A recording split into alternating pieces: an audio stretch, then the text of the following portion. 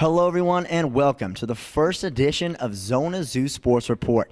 We'll be coming to you live every week from a different spot on the Arizona campus to tell you anything and everything you want to know about Arizona athletics. I'm Ben Gabrielson, alongside me, Maddy Rundin. How are you, Maddy? I'm great, Ben. How are you doing? I'm absolutely excited for this year. As I said, we're going to be covering Arizona from all spots of the campus. Right now, we are in the Hall of Champions. That's right. The Hall of Champions is a place where all the great Arizona athletes are recognized for their accomplishments, and it's a great place to be. Absolutely, and let's jump right into it. The first topic everyone wants to talk about on this campus, men's basketball. They played Arizona State on Wednesday. Let's go to the highlights.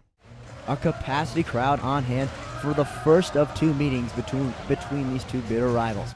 Second half, Jamel Horn inside to Jordan Hill, backing down Pendergraft. Dunk you very much for the big man. 2 of his 16. Again inside, Hill with the baby hook. He looked good in the second half. Buttinger off the inbounds, and one for Jordan Hill. Finishes strong. Closing seconds, Zane Johnson for 3. He gets it, and U of A pulls within 1. But with 12 seconds to go, disaster strikes as Jordan Hill is called for the, shall we say, questionable offensive foul.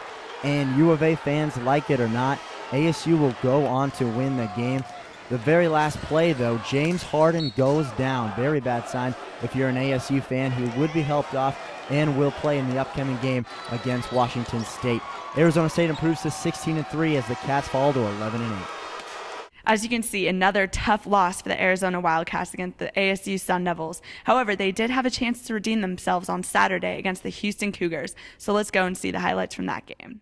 In first half action, Chase Buttinger feeds it to Zane Johnson. It is good for 3. Now off the inbound, Seabud feeds it to Jordan Hill. Good for a dunk. Arizona would have 34 points in the paint this game.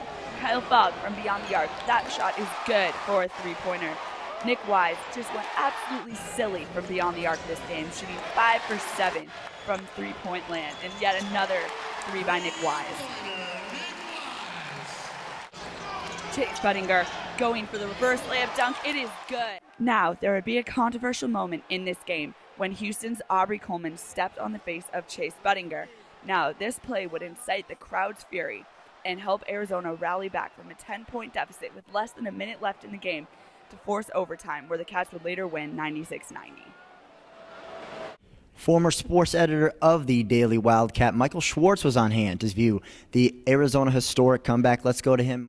Hey, I'm Michael Schwartz, and I came back just because I wanted to see the Wildcats win a game in dramatic fashion. I can't remember a game like that in the last 3 years. Unbelievable, unbelievable. I thought it was over, and U of A pulled it out. 2 words.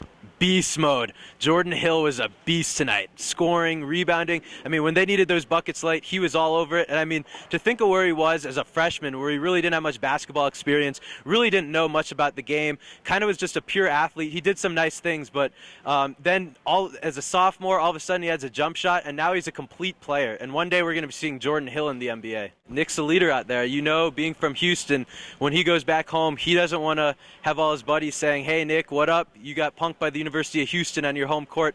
Nick was focused today.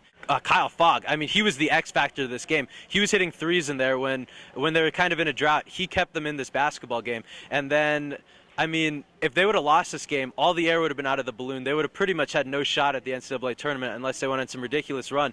But a game like this could shift the momentum. We'll see next week when the Pac-10 leading Washington Huskies come to town.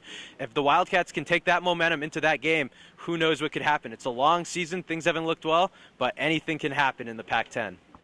And Ben, I believe this is another big weekend, not just for University of Arizona athletics, but for Arizona as a state. And I think that is the Super Bowl. Yeah, that may be coming up. February 1st, the Super Bowl goes to Tampa. The Pittsburgh Steelers take on the Arizona Cardinals. It's going to be a heck of a matchup. Both teams arrived in Tampa today to get into media day and all the last-minute preparations for the game. That'll be obviously something that most Arizonians will want to tune into Sunday on NBC.